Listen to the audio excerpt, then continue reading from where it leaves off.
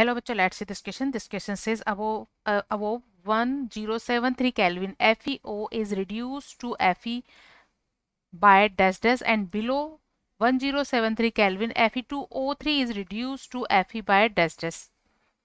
Key concept for this question is यहाँ iron के oxide का रिडक्शन आयरन में करना है और इसको हम एलिंगम डायग्राम के थ्रू एक्सप्लेन कर सकते हैं. Key concept of the question is reduction of iron oxide in iron. Reduction of iron oxide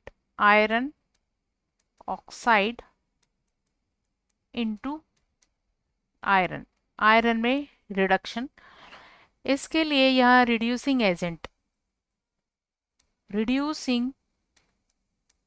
agent की फॉर्म में यूज किए जाते हैं कार्बन एंड CO. और कार्बन या CO के थ्रू आयरन के ऑक्साइड का रिडक्शन आयरन में कैसे होगा इसको हम समझ सकते हैं by the Ellingham diagram.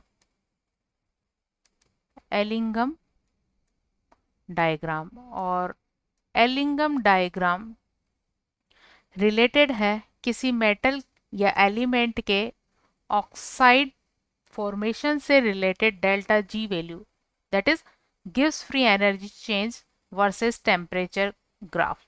So Ellingham diagram is for the iron formation. ये होता है delta G which is gives free energy change, और ये होती है किलो जूल पर मोल में. तो y एक्सिस पर हम ले रहे हैं डेल्टा G और x एक्सिस पर ले रहे हैं टेम्परेचर.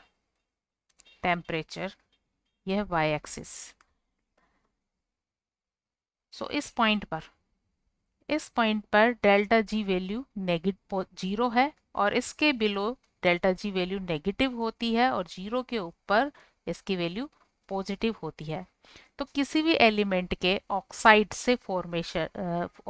फॉर्मेशन से रिलेटेड डेल्टा G वैल्यू अगर पॉजिटिव है, अगर डेल्टा G वैल्यू पॉजिटिव है, इट मीन्स मेटल ऑक्साइड या एलिमेंट का ऑक्साइड अनस्टेबल होगा. और डेल्टा G वैल्यू अगर नेगेटिव है या इसकी वैल्यू बहुत कम है, इट मीन्स एलिमेंट का ऑक्साइड स्टेबल होगा. तो हम इस तरह से लिख सकते हैं, अगर किसी मेटल ऑक्साइड या एलिमेंट ऑक्साइड के लिए delta G value is less, अगर डेल्टा G वैल्यू क्या है, delta G is less than oxide of element is more stable. क्या होगा, स्टेबल होगा. क्योंकि हम जानते हैं कि किसी भी प्रोसेस के होने के लिए gives free energy change value जितनी नेगेटिव होगी, जितनी कम होगी, वो प्रोसेस उतना ही इजीली होगा. तो यहाँ पर कोई भी एलिमेंट और ऑक्सीजन कंबाइन होकर जब क्या बनाते हैं, एलिमेंट का ऑक्साइड फॉर्म करते हैं, तो फॉर्म ऑक्साइड की स्टेबिलिटी डिपेंड करती है उसके लिए डेल्टा G वैल्यू कम हो, नेगेटिव हो, तो ऑक्साइड स्टेबल होगा. तो यहाँ पर हम आयरन के ऑक्साइड से आयरन के रिडक्शन के लिए आयरन ऑक्साइड का रिडक्शन हम कार्बन के थ्रू करवाते हैं या कार्बन मोनोऑक्साइड के थ्रू करवाते हैं. तो इसके लिए ऑप्टेन एलिंगम डायग्राम इस तरह से होता है. यहाँ पर इस पॉइंट पर जहाँ डेल्टा G वैल्यू क्या है, नेगेटिव, तो हमें एक इस तरह का पैरेलल लाइन मिलती है. और ये पैरेलल लाइन मिलती है कार्बन के CO2 से CO2 फॉर्मेशन के लिए, जो कि टेम्परेचर एक्सिस के क्या है, पैरेलल है. मतलब C से CO2 फॉर्मेशन टेम्परेचर पर एक तरह से डिपेंड नहीं करता है. दूसरा कर्व हमें इस तरह से मिलता है, इस तरह से, और एक और कर्व हमें इस तरह मिलता है. यहाँ पर एक और लाइन हम बनाएंगे फॉर द आयरन के लिए. ये है इस तरह से, ये हमें इस तरह से मिलती है। तो ये वाली लाइन जो ऊपर से नीचे की तरफ आ रही है ये कार्बन से CO फॉर्मेशन के लिए है, और ये लाइन जो ऊपर जा रही है ये CO से CO2 फॉर्मेशन के लिए है।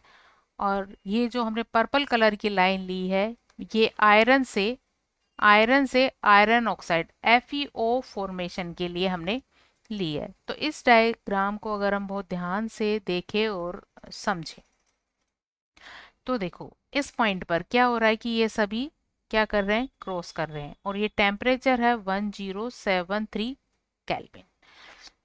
लेफ्ट साइड टेम्परेचर इससे कम है और राइट साइड इससे टेम्परेचर ज़्यादा है। तो इस पॉइंट पर देखो, इस पॉइंट पर ये वाला कर्व कहाँ आ रहा है, नीचे की तरफ आ रहा है, मतलब कार्बन से CO फॉर्मेशन क्या होगा, फेवरेबल होगा, क्योंकि इसके लिए डेल्टा जी वैल्यू क्या हो जाएगी, मोर नेगेटिव। अबोव हम लिख सकते हैं अबोव 1073 केल्विन टेम्परेचर। सी से क्या बनेगा, सी से क्या बनेगा, CO आसानी से बन जाएगा। और यहाँ पर देखो ये FeO कर्व जो है इसकी पोजीशन ऊपर की तरफ है, मतलब इसके लिए डेल्टा जी वैल्यू क्या है, इसके लिए तो यहाँ इसके लिए तो डेल्टा जी वैल्यू क्या है, मोर नेगेटिव, मतलब लेस।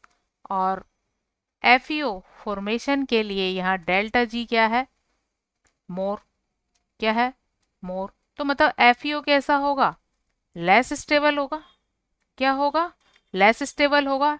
इजीली ये डिकम्पोज हो जाएगा किसमें, मेटल में और ऑक्सीजन में, मतलब यहाँ हमें इजीली मेटल आयरन मिल जाएगा। तो अबोव 1073 केल्विन टेम्परेचर अगर हम carbon as a reducing agent use करते हैं तो FeO आयरन में रिड्यूस हो जाएगा। तो अगर हम इस टेम्परेचर के ऊपर FeO के साथ कार्बन लेते हैं तो हमें आयरन मिल जाएगा और CO मिलेगा विच इज मोर स्टेबल। तो इसके लिए रिड्यूसिंग एजेंट होगा carbon. And the below 1073 kelvin temperature. तो यहाँ हम इससे पहले अगर इन कर्व्स की पोजीशन देखें तो डेल्टा जी वैल्यू सबसे कम किसके लिए, इस वाले कर्व के लिए है। ये कर्व क्या है, CO से CO2 फॉर्मेशन, मतलब इसके लिए जो CO2 फॉर्मेशन की वैल्यू है वो क्या है, ज़्यादा है, इट मीन्स ये कम स्टेबल होगा। लेकिन अगर हम इस कर्व को देखें यहाँ पर तो इस कंडीशन में ये कर्व ऊपर है और आयरन के ऑक्साइड का कर्व क्या है, नीचे की तरफ है।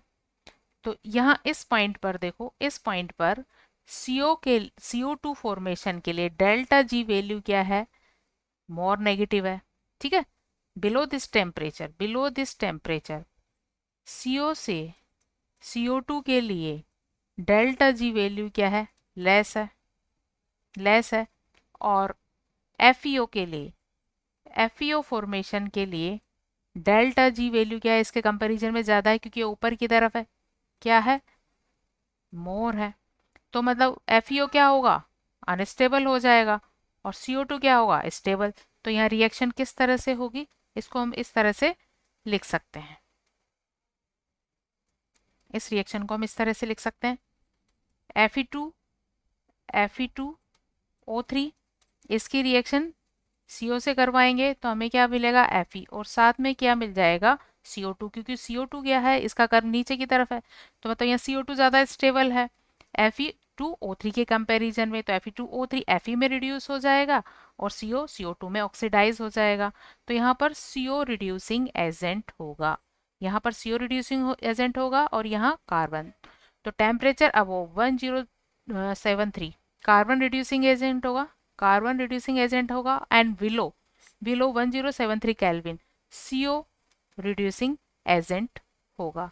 So final answer of this question is the FeO is reduced to Fe by above this temperature is by carbon, and Fe2O3 is reduced to Fe by below this temperature by CO.